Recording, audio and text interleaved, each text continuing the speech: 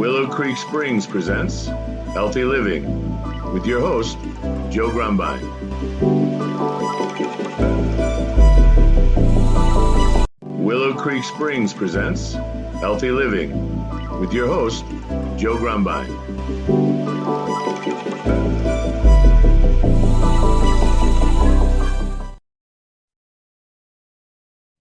Okay, and I'd like to welcome you all to another episode of the Healthy Living Podcast.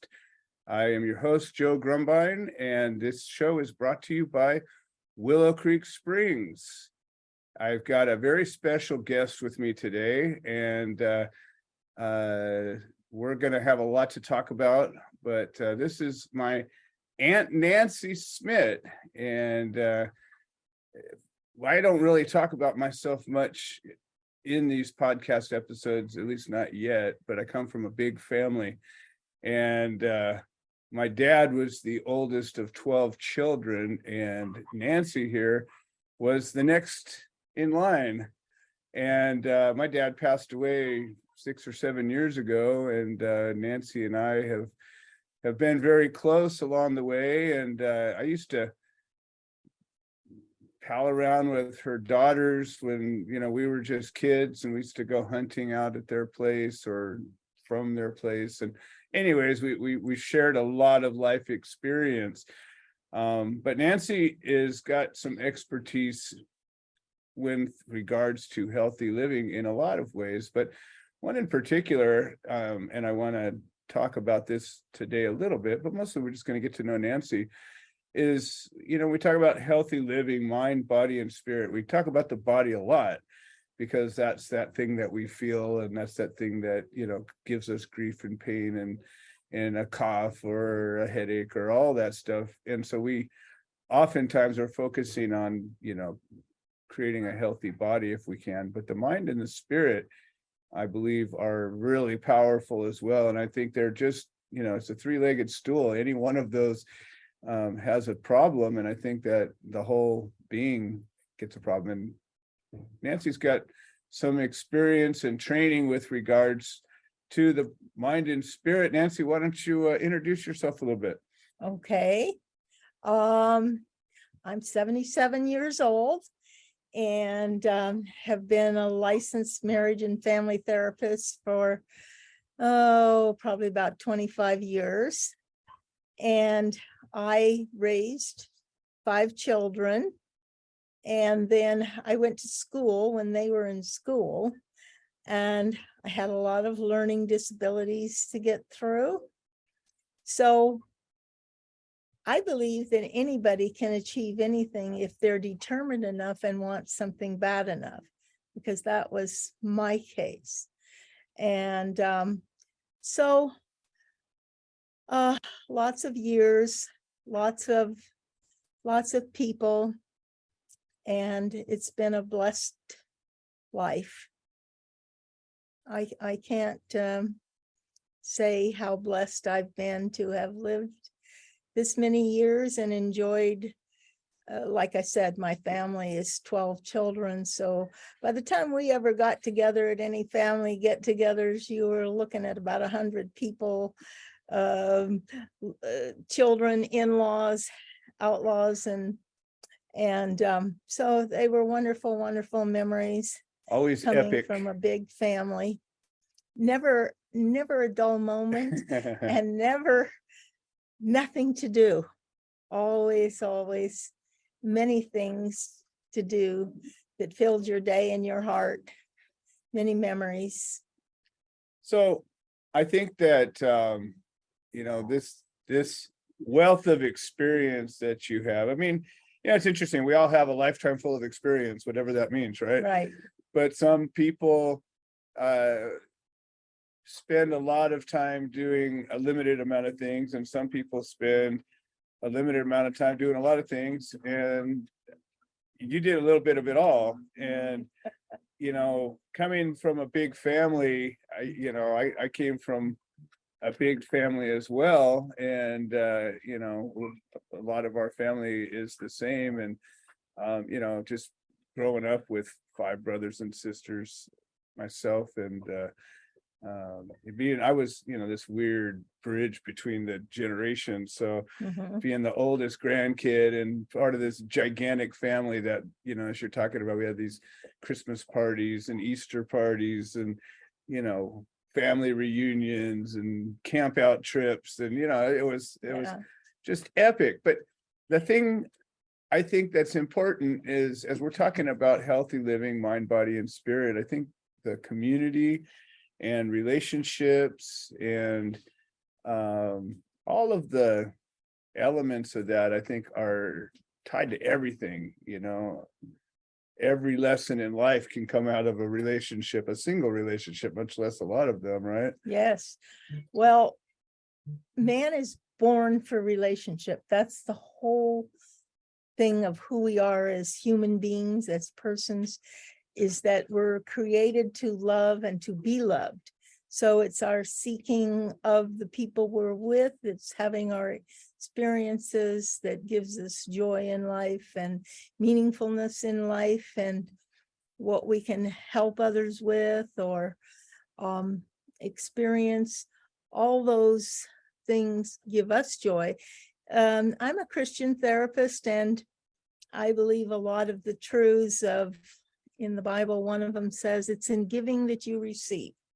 So you take these principles and you go, yes, am I happier when I'm giving than when I'm receiving something? Yes, gives me great joy to give, whether I'm in counseling or helping my own family or whatever I'm doing. I mean, I have been given a great gift of energy, usually from getting up at 6 or 7 in the morning and sometimes not going to bed till 1 or 2 at night. So I've had an abundance of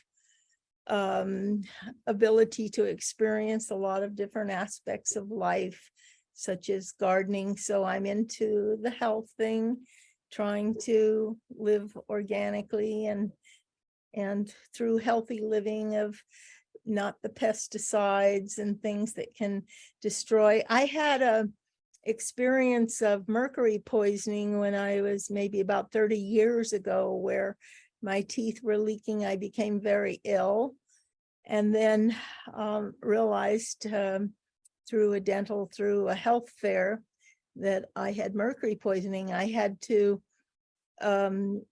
sleep sitting up, and I couldn't figure out what was going on, but I had just had dental work. And so I found out through my friend that I had mercury poisoning that was off the charts.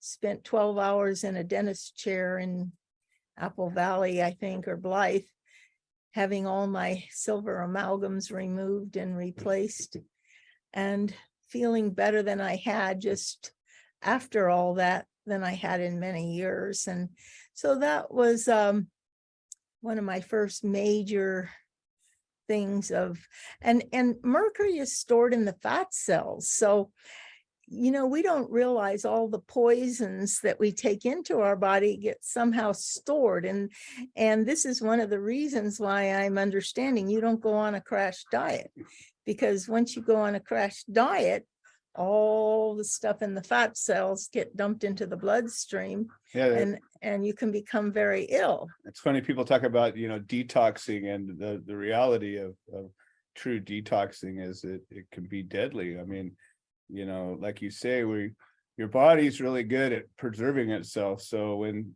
something poisonous gets in, either your body will get rid of it quick as it can, or it'll encapsulate it and keep it from getting to the rest of you, and it stores it away where it chelates it and makes it to where it's not reactive. But then you go and release it, and all of a sudden there it is bouncing around doing its damage, and people have gotten really, really sick from, like you say, crash diets, people going on these hardcore juice fasts and things like that in the right way, with the right forethought and practice, it can be healthy. But you just willy-nilly just going at it and saying, I'm just going to make this thing happen and don't think it out, you can do a number on yourself. Yes.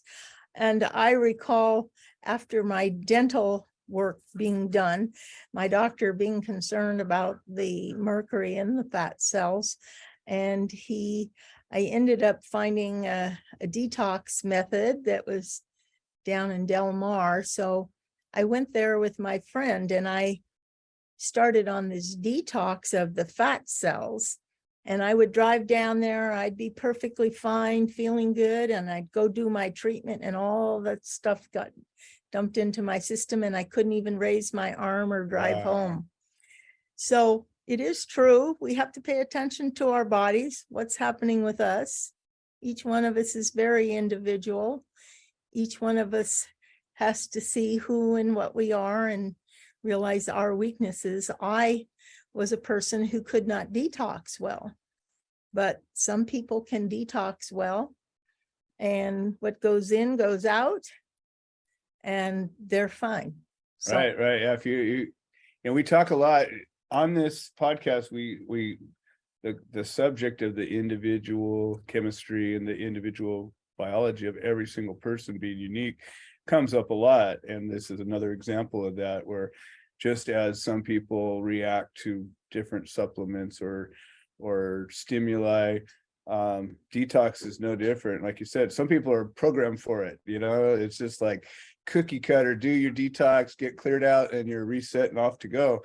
Other people, it just goes horribly wrong and they get violently sick and maybe even irreparably sick. It can cause real damage. yes. So detox in abundance is not always good. Now, one thing that we're just going to touch on some things. My hope is that we'll be able to discuss some of these in great depth as their own topic. But, years ago, so Nancy and I have been working together on nonprofit work for more than 15 years, almost 20 years, really, with the Amazon project and then the original Gardens of Hope. And that was 15 years ago. And so when we were originally working on the Gardens of Hope program, we were creating tools for therapy using gardening, and at one point you had talked about electrical medicine, and right. I didn't know at all what that was, I was thinking getting hooked up to electricity and getting zapped a little bit. I was like, all right, I don't know. I know they do that in the psych wards, but but still, I'm always open-minded. And then it turns out that this whole electrical medicine, there's more than one thing. There's the biorhythm and the biofeedback stuff, which is about measuring electrical impulses that are coming from you. But then there's also the Rife machine and other frequency type balancing frequencies right in the body. And I would challenge anybody to go look up Royal Rife. He's around the turn of the 1900s. He actually has, you can see the information with which he had cured cancer. And then it all got buried through the Food and Drug Administration not wanting the technology to get out. And it's quite a story. And they locked him up for a while. Well, he died. I don't recall whether he died or not, but just look up his name, Royal Rife, and then read about his history, about his background. It's so interesting. And then that gives you the idea of what electrical medicine is all about. And that's what healed me through the mercury toxicity and I was one of the first ones to buy one of these machines through this particular therapist that was treating me. And so I was my own doctor for many years with my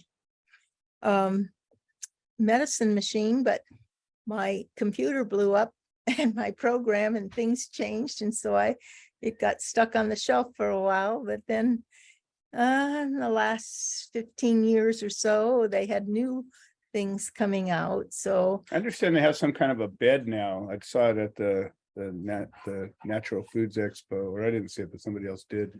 okay. And it's they call it a quantum a quantum something, Theory, quantum. quantum bed, electrical something or other. But Yeah. anyways, it seems to me, based on what I heard about it, it's operating in somewhat the same Yes. sort of a. And so let me maybe explain that a little bit. So your body is electric. Every cell that you have has electrical energy in it, where the atoms and protons and neutrons are spinning around.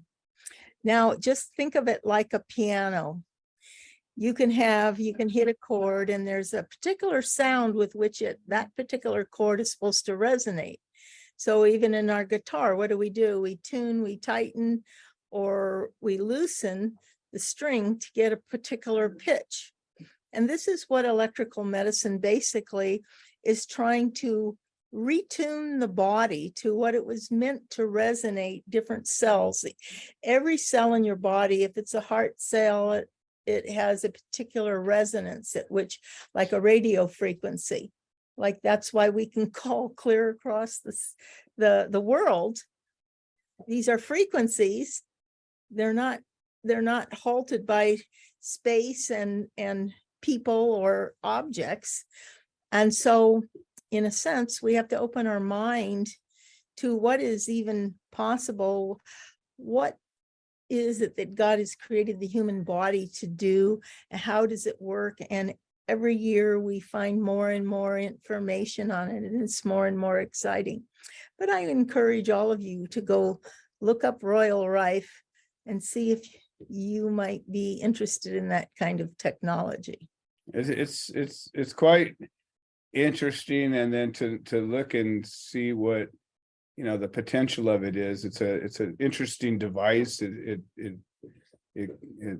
has this little glass coil thing, and it lights up, but I've used it for a couple of different ailments, and even just a few treatments. I felt a shift, and it's not like taking a heavy drug or something where all of a sudden, boom, it's a thing, but you feel a shift. And I think that if you're aligning something, it makes some kind of sense. If you're tuning a frequency or a string, it doesn't go blah. It just goes nee, nee, nee, nee, until it gets to the right. Well, there are positive and negative frequencies on these systems. The negative system is you don't want any of it. So you're trying to eradicate any negative things, like you don't want any virus that's going to kill you. So, or Makes bacteria. sense. So what it does is it takes the frequencies, start to kill those viruses, but it doesn't just one treatment and boom, it's gone. But it's like, as you receive a treatment maybe once or twice a week for a couple of weeks, it loses its strength, and pretty soon it just falls off the cliff and goes dead. So it's like it slowly builds up to getting rid of it, and then it will register zero, where you don't have that particular virus. So or you do a frequency. reading as a You do a diagnostic reading. Yes, first. there's to a see what's diagnostic wrong. reading first. And then you can build up things. Let's say you want to retune your heart muscle. So there's a lot of frequencies that you can put in a program and run the program, and you can just build up the heart, retune it like the piano thing. So it's either getting rid of stuff on the negative frequencies that you don't want, or building up the positive ones on the things that you want to retune. Well, that's exciting and interesting, and I certainly would like to explore that more. I know the brief period of time I had the machine, it was interesting and useful, and of course, you never get enough time to do the things you want, and I definitely still want to spend some more time with that. I'd like to touch on, we don't have a lot of time left for this episode, but I'd like to touch on, your work with therapy too. I think that, marriage counseling, any kind of therapy is probably, I don't know, today it seems to become, it doesn't have a stigma on it the way it used to. I mean, in the old days, maybe people were cautious to mention, who I'm seeing a therapist. Nowadays, everybody sees a therapist. It's Yeah. not a. And that's true. However, there is a natural instinct within the human spirit of, I don't want people knowing all the things, my weaknesses. We have a natural aversion to, unless we're really close to a person, wanting to share our weaknesses, our Achilles heels. And most people, if you look out there and you're looking at marriages and people that are married, you would say there's a hell of a lot of happy people. But one of the most interesting things was I went to do counseling for my church, and the people I had put up on pedestals and thought they had They're this all miserable. more solid marriages came to see me as a counselor in my internship. So Yeah. yes, we don't know, but it's a natural instinct for us to protect ourselves from people that we think might be critical. And now I don't think the stigma is, like Joe says, so much. And but I do think it's very important what kind of a therapist you're looking for or getting. There are probably about 8 different basic types of therapy. You can say Freudian, reality therapy, cognitive therapy, behavior therapy. So if you're going to pick a therapist, it would really help you to understand how they think they can help you. Me as a Christian therapy, I like to put, I'm in what I call an eclectic, or I take a little from this, a little from that. Anything that I see works, I usually use it. Like uncovering, looking at people's beliefs and then looking at the false beliefs they have and exploring them to be able to say, okay, if you keep believing something that's not true, you're going to keep making the same mistakes. So that is one important therapy, is to look at what are the things that we actually believe that are really maybe not true. Yeah, that's the problem with beliefs, because you can believe anything, right? Yeah, that's And true. a lot of times, especially today, I think we got this world where we have information being broadcast to us with points of view and biases that are maybe not in our best interest. And we're told this over and over and over and over again. At one point, I think people convince themselves of things. Certainly we get convinced by absorbing the same information over and over again. So probably if you look at it this way, we have 2 parts to us, our emotions and then our intellect and our conscience. Now, everybody, if you ask them, do you have a conscience? Do you know right from wrong? Do you know you believe what's right and wrong for you? I don't know anybody that says no.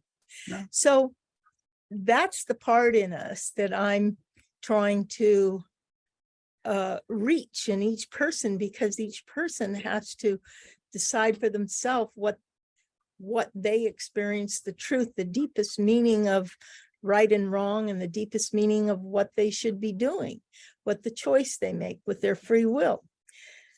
So we have our emotional self, which is where all information first comes in. We have an emotional response. I like that. I don't like that.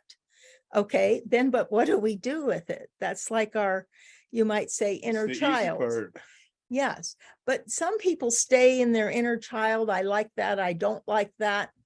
And they make choices with their free will from that little thing. And they don't go to, is their intellect saying, no, I shouldn't do that, even though I feel like doing it. And that's where I find most people get in trouble, because they can't distinguish this, that everything is one big bowl of spaghetti, where they just see themselves as, I am who I am. But we have to learn to separate those 2 parts of us so we can understand it. And the child, what it wants to be happy, a child just wants to be happy. So it chooses things. Sometimes it's stupid. Sometimes it chooses alcohol. Sometimes it chooses all kinds of things that aren't really going to make it happy, but they believe it will. And so we have to get beyond our emotions into the other part of us and discern through the decision-making process, who makes the decision, the child or the adult in you. And so we need to start separating those two things within us and understanding the child is never supposed to be behind the wheel of the car. Parent is supposed to be driving the car. And we need to pay attention to who's driving the car. The car being our body, ourself, making decisions for ourselves. Do we stop at this one? Do we turn left? Do we turn right? Always make sure the parent is making the decision for you. Well, I think that's a good bit of wisdom to wrap this episode up. Nancy, I always know we got a good show going on because all of a sudden I'm like, crap, we're out of time. But if I let it run too long, no matter how interesting it is, people lose their train of thought. So we live in this TikTok world where people are good for 20 to 25 minutes if you're lucky, and that's where I've decided to cap it off. So what I'd like to do at the end of every episode is give my guest an opportunity to if you want to let people know, if they want to reach you, or if you want to be reached, what is your parting shot, how you want to let people know. Okay, well, I have a mobile counseling service, and people I can do like a signal, something like a Zoom back and forth on a computer if people aren't near me, but I come to people's homes, and my number is 951-634-4052. Fantastic. Well, Nancy, it's been a pleasure. I'm hoping that you enjoyed it as well and want to come back. Sure. And we have a lot to talk about. Healthy living is such a big topic that we could jump into a number of things and go deep. So thank you so much for being here. And folks, we'll see you next episode. Okay, bye.